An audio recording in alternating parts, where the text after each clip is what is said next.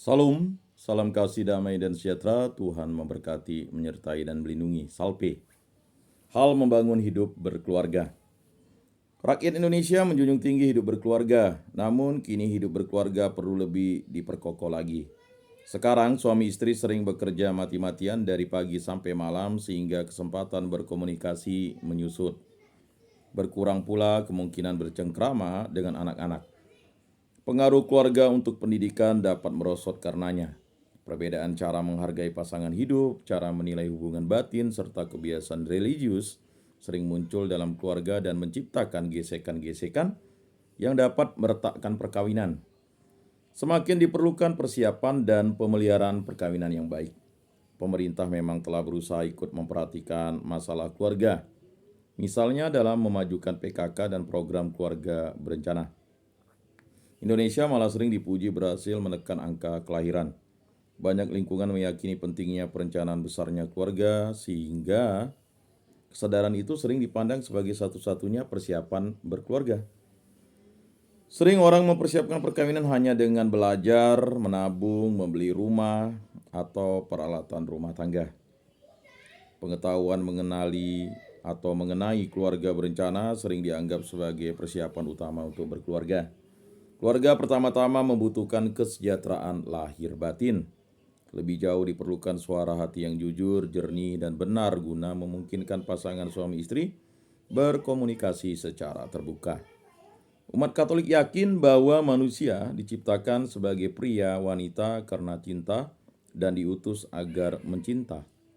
Perkawinan diakui sebagai suatu persekutuan cinta antara seorang pria dan seorang wanita yang dengan kesadaran penuh dan bebas menyerahkan seluruh diri serta segala kemampuannya satu sama lain untuk selama-lamanya.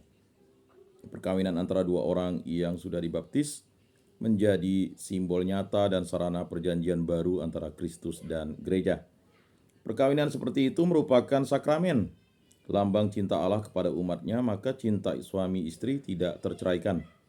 Kesatuan itu mendasari cinta seluruh keluarga antara orang tua dan anak serta antara anak-anak satu sama lain. Anak harus dicintai sejak pembuahan.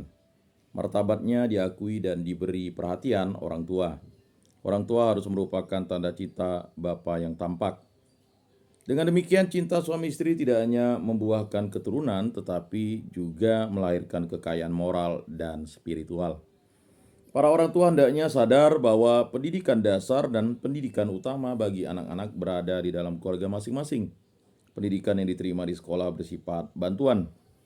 Pendidikan yang diwariskan orang tua dan yang dikembangkan di dalam keluarga haruslah pendidikan dalam arti yang menyeluruh, yang meliputi pendidikan fisik, kepribadian, intelektual, sosial, iman, dan moral.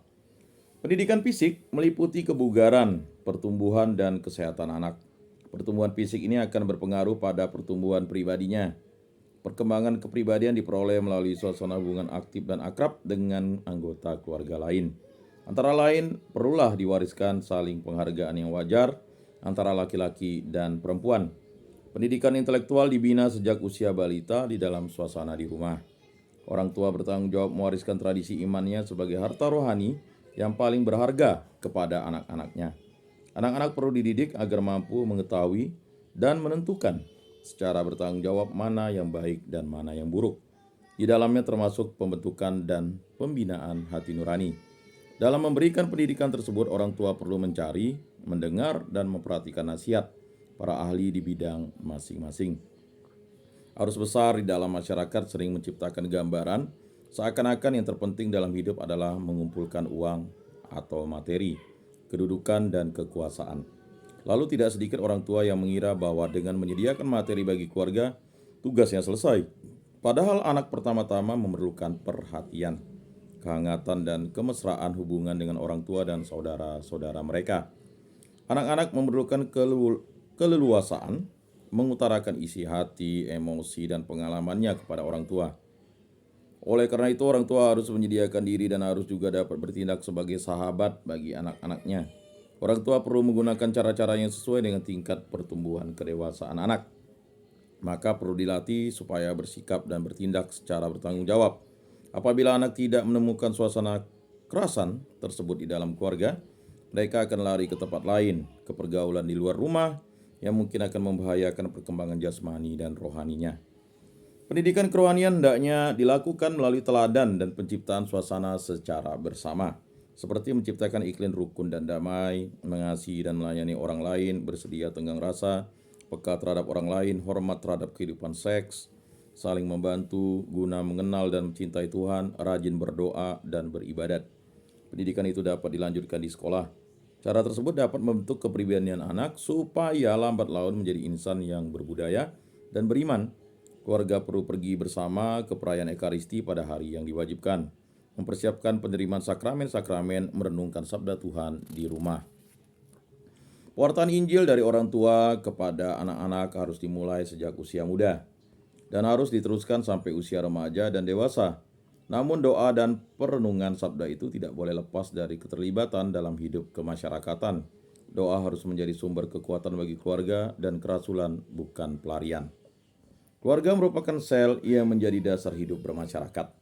Di sana harus ditumbuhkan rasa harga diri yang sehat dalam kesatuan dengan semangat mengabdi sesama, semangat berkorban, berdialog, menghargai pendapat dan hak orang lain, adil hidup secara sosial dan memperhatikan yang lemah, berkepri kemanusiaan, mendahulukan kepentingan yang lebih umum.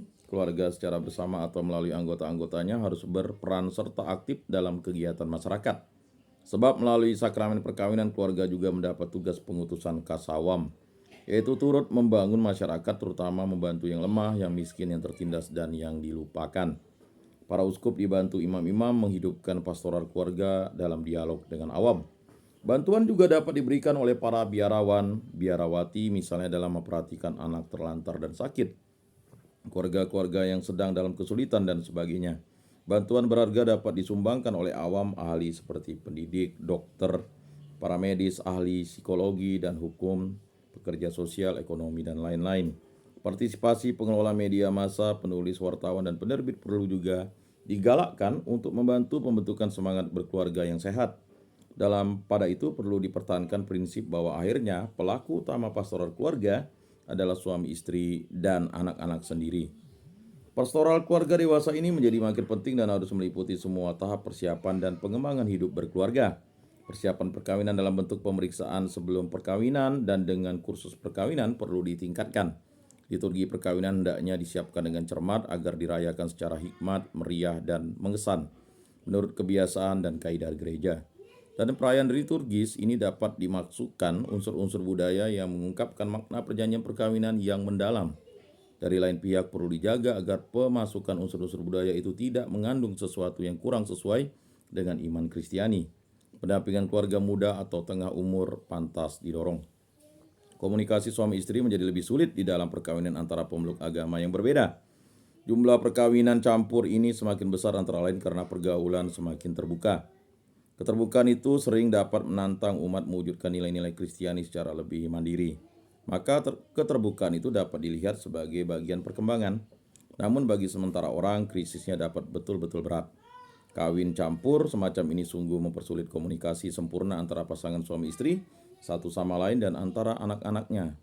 Sebab untuk komunikasi yang mendalam diperlukan pengenalan mendalam akan latar belakang pikiran, perasaan, dan gambaran kedua belah pihak mengenai pelbagai masalah.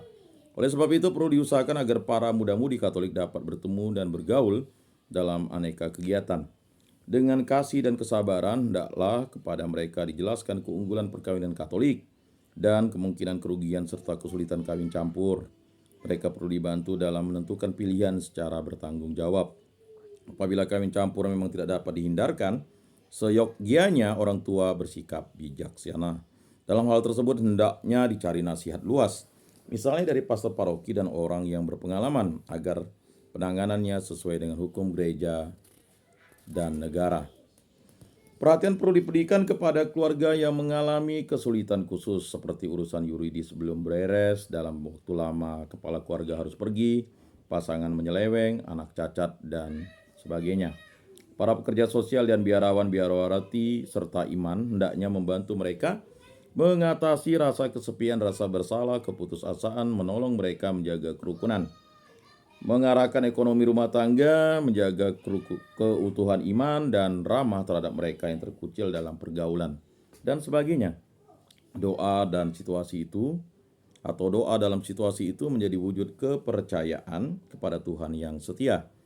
Keluarga yang mempunyai pengutusan yang penting dalam menjadikan gereja, kita mandiri karena memiliki cukup tenaga purna waktu, yakni menumbuhkan panggilan imam, bruder, dan suster.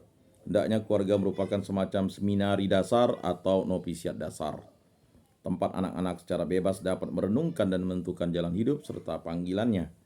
Suasana ke arah itu hanya dapat berkembang apabila dalam keluarga tercipta semangat iman dan cinta kasih, kesadaran akan kewajiban dan tanggung jawab, serta semangat berkorban dan tidak hanya mementingkan diri sendiri. Dari lain pihak, iklim tersebut menolong seluruh keluarga menyadari bahwa hidup berkeluarga bukan sekedar pemenuhan kebutuhan biologis dan psikologis, melainkan betul-betul panggilan dari Tuhan. Dalam pada itu perlu dibangkitkan pula panggilan awan selibat yang menyediakan hidup dan segala kemampuannya untuk gereja dan masyarakat demi kemuliaan Tuhan. Salam kasih damai dan sejahtera. Tuhan memberkati, menyertai dan melindungi. Salve.